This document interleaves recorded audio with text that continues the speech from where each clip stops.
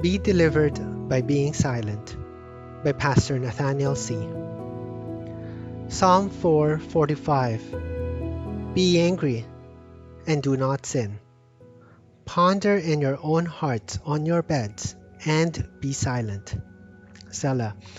Offer right sacrifices and put your trust in the Lord.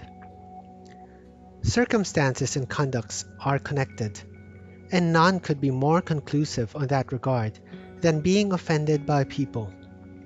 Nevertheless, we Christians have to come to the realization that to get angry when being transgressed, whether in the form of ridicule or defamation, is not sinful at all. Take for instance how David reacted when he got angry towards evildoers against him. In arrogance the wicked hotly pursue the poor. Let them be caught in the schemes that they have devised. Psalm 10 verse 2. Break the arms of the wicked and evildoer. Call his wickedness to account till you find none. Psalm 10:15. Would David's response be applicable to us? As justified as we are to do such kinds of prayers against the wicked, the real question is if we still put our trust in him, especially when his will for us is to undergo intensive ordeals of injustice and oppression under their hands until he has refined us. Isaiah 48 verse 10. What would it mean that we are abiding in his command to trust him despite the provocations? We must ponder and be silent. We have failed countless times and chose to sin away by lashing out either fiery, soul-piercing words against our offenders, or perhaps giving them a punch in the face.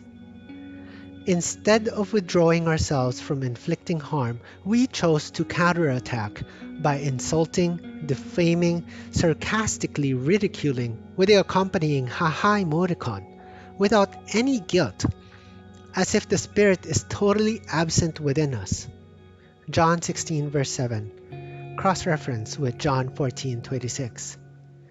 The Spirit convicts us, John 16:8, of our anger in action.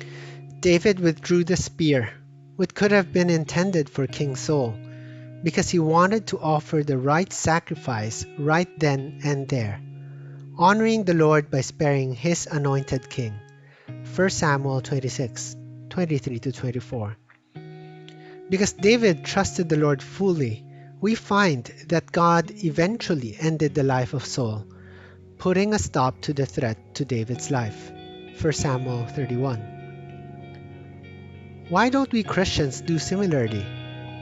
Sure, we don't retaliate with weaponry or artillery nowadays, but never underestimate the power of the tongue, and might we add, our mobile touchscreen keyboards. James 3:1-12. Let's offer the peace of Christ. Philippians 4:7, Colossians 3:15, which aims to reconcile relationships. 2 Corinthians 5:21, and keep us blameless. 1 Thessalonians 5:23. So, when offended, be silent. Let God deal with our offender, and ponder upon the chapter's final words. In peace I will both lie down and sleep. For you alone, O Lord, make me dwell in safety. Psalm 4, verse 8.